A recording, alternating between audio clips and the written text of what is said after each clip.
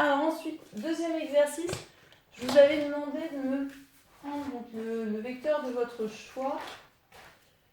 Je me graphie là. Alors, donc moi le vecteur que j'ai choisi, il est, alors ça c'était pour après, c'est la flèche qui va en bas à droite. Voilà, donc le vecteur U qui part de là et qui arrive ici. Je vous ai rappelé parce que j'en ai une. Bon, ça pourrait être utile pour tout le monde. Comment on trouve les coordonnées par lecture graphique. Donc on voit que ça se décale de 5 dans le sens positif des abscisses et de 4 dans le sens négatif des ordonnées. Donc les coordonnées de mon vecteur U sont 5, toujours les abscisses d'abord, et moins 4. Moins 4 puisque c'est vers le bas. Alors ici je vous ai déjà mis la notation quand vous avez U plus U, vous avez été plusieurs à me proposer, on peut noter ça 2U. Les coordonnées, donc vous voyez U plus U, ce qui nous donne donc 2U. En abscisse on a plus 10.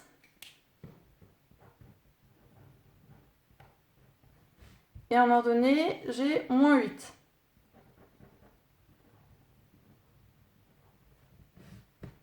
Et 3U qui est ici. En abscisse, j'ai plus 15.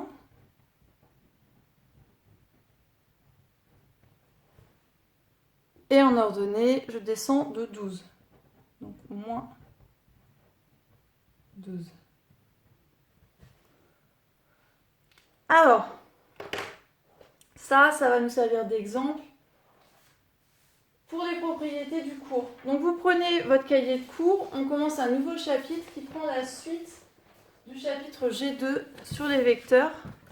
Et donc là, qui va parler notamment du produit d'un vecteur par un nombre réel.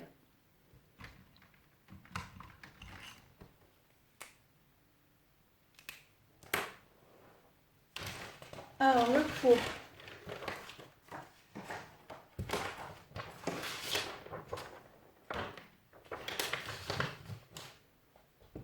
Donc d'abord, on va définir le produit d'un vecteur par un nombre réel.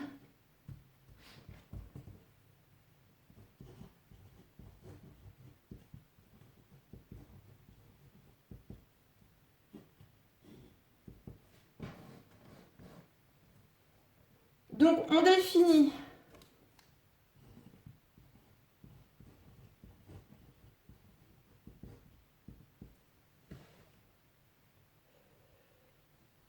je vais le mettre en couleur, le produit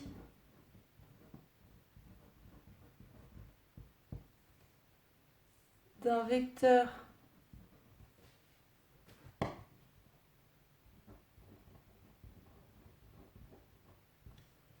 que je vais noter U par un nombre réel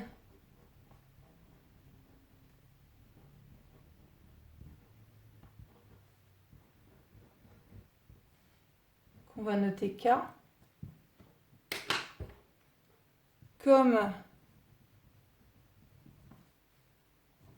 la somme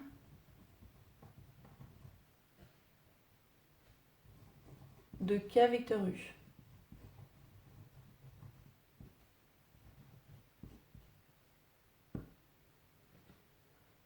Et donc on le note, vous l'avez vu dans mon exemple, K et le U avec sa petite flèche. Donc ça, c'est la définition du produit d'un vecteur par un nombre réel. Et ensuite, il y a des propriétés. Et donc je vous avais demandé d'essayer d'en trouver.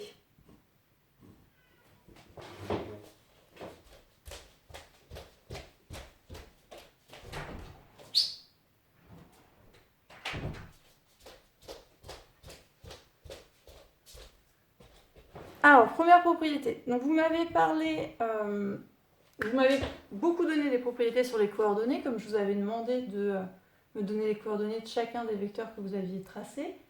Et j'ai aussi 2 élèves qui m'ont parlé de propriétés sur la longueur des vecteurs. Alors, première propriété, justement, on va parler des coordonnées. Ce qui vous gênait quand vous essayez de me donner vos propriétés, c'est que vous n'avez jamais introduit une notation, comme là, par exemple, mon cas. Ou le fait que là, je vais noter x et y, les coordonnées de u.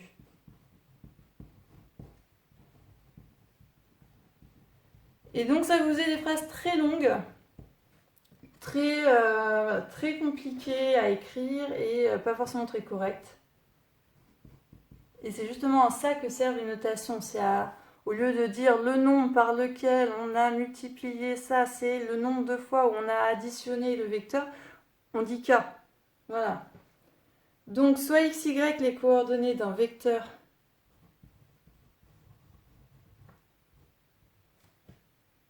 u, dans un repère, les coordonnées toujours dans un repère. Alors, le vecteur KU a pour coordonnées. Et donc là, je vais vous demander à vous de me proposer la fin de la phrase. Quelles sont les coordonnées de KU?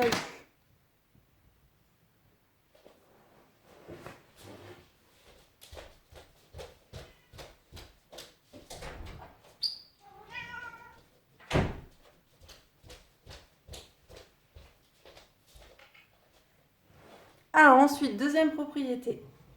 Donc dans le chapitre G2, si vous remettez le nez dedans, vous verrez qu'on peut définir un vecteur grâce à ses coordonnées. On peut aussi le définir grâce à 3 caractéristiques qui sont la direction, le sens et la longueur, qu'on appelle aussi la norme.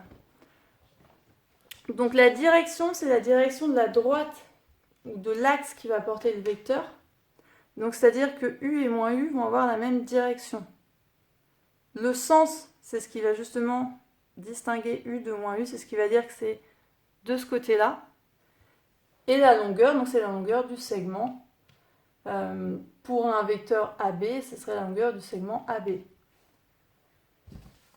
Donc, là, on va donner quelles sont ces 3 caractéristiques pour un vecteur KU, en fonction des caractéristiques de U, bien sûr.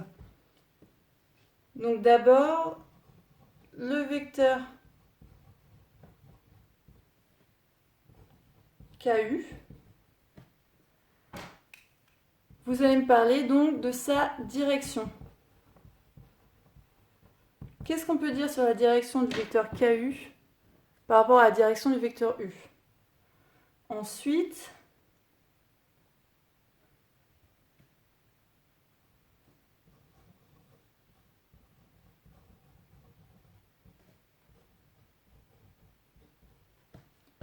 vous allez parler du sens.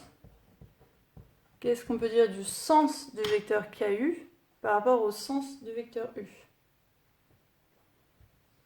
Vous essayez donc de finir la phrase. Et troisième caractéristique, donc je vous rappelle que la longueur, qu'on appelle aussi la norme, ça se note avec 2 barres verticales comme ça à gauche et à droite. Donc la longueur de KU,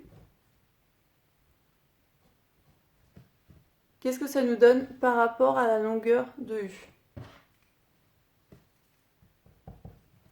Donc vous essayez de compléter les 4 phrases. Donc sur les coordonnées, la direction, le sens et la longueur ou norme du vecteur KU en fonction de ceux du vecteur U. Alors ensuite, exemple. Donc par exemple, vous pouvez prendre, si jamais vous aviez faux dans ce que vous avez fait, vous pouvez tout à fait prendre ce que j'avais fait moi ici. Mais sinon, vous pouvez prendre ce que vous aviez fait. Vous m'avez globalement proposé des choses qui étaient bonnes. En exemple, vous mettez le vecteur U et le vecteur 3U par exemple. Et vous mettez leurs coordonnées. et vous laissez un petit peu de place pour qu'on puisse bien les compléter. Et donc voilà, vous me tracez les deux vecteurs U, pas forcément 2U, mais U et 3U, pour qu'on puisse bien voir les propriétés, bien avoir un exemple pour illustrer ces propriétés. Donc vous laissez de la place pour le faire, et ensuite, dernière définition.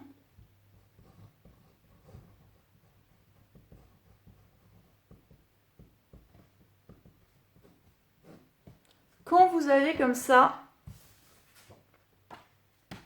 deux vecteurs, là on a U et là on a 2U, ou 3U. Bref, chaque vecteur peut s'écrire quelque chose fois l'autre. Ici c'est 2 fois U, mais du coup lui c'est 1/2 fois celui-là, c'est la moitié de celui-là. Et celui-là c'est le tiers de celui-là. Vous voyez? Ça c'est 3U, mais donc lui si on notait V, on pourrait dire que U, c'est 1/3 de V. Là, il y a le triple et là, il y a le tiers. Bref, quand on a deux vecteurs et qu'on peut noter que l'un, c'est K fois l'autre, ça a un nom, on dit qu'ils sont colinéaires. Donc, deux vecteurs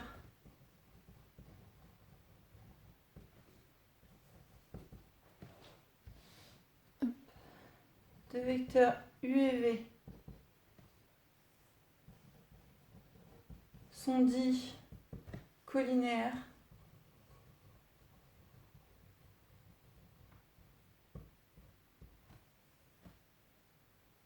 Alors, j'ai oublié de me mettre en couleur.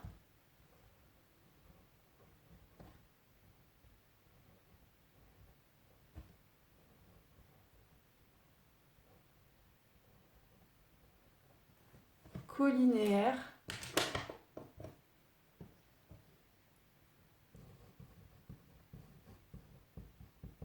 Lorsqu'il existe un nombre K, un nombre réel K, tel que U égale K fois V. Que l'un puisse s'écrire comme l'autre fois quelque chose. Et alors, remarque,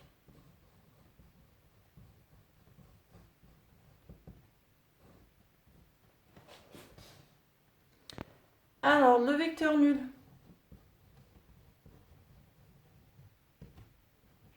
à votre avis, est-ce que le vecteur nul peut être colinéaire à un autre vecteur? Est-ce qu'il ne peut jamais l'être? Est-ce qu'il l'est toujours? Je vous me disiez ce que vous pensez du vecteur nul. Est-ce qu'il peut être colinéaire ou pas? Vous essayez de me compléter aussi cette phrase. Donc, pour demain, vous me complétez ici, ici, ici, ici et ici.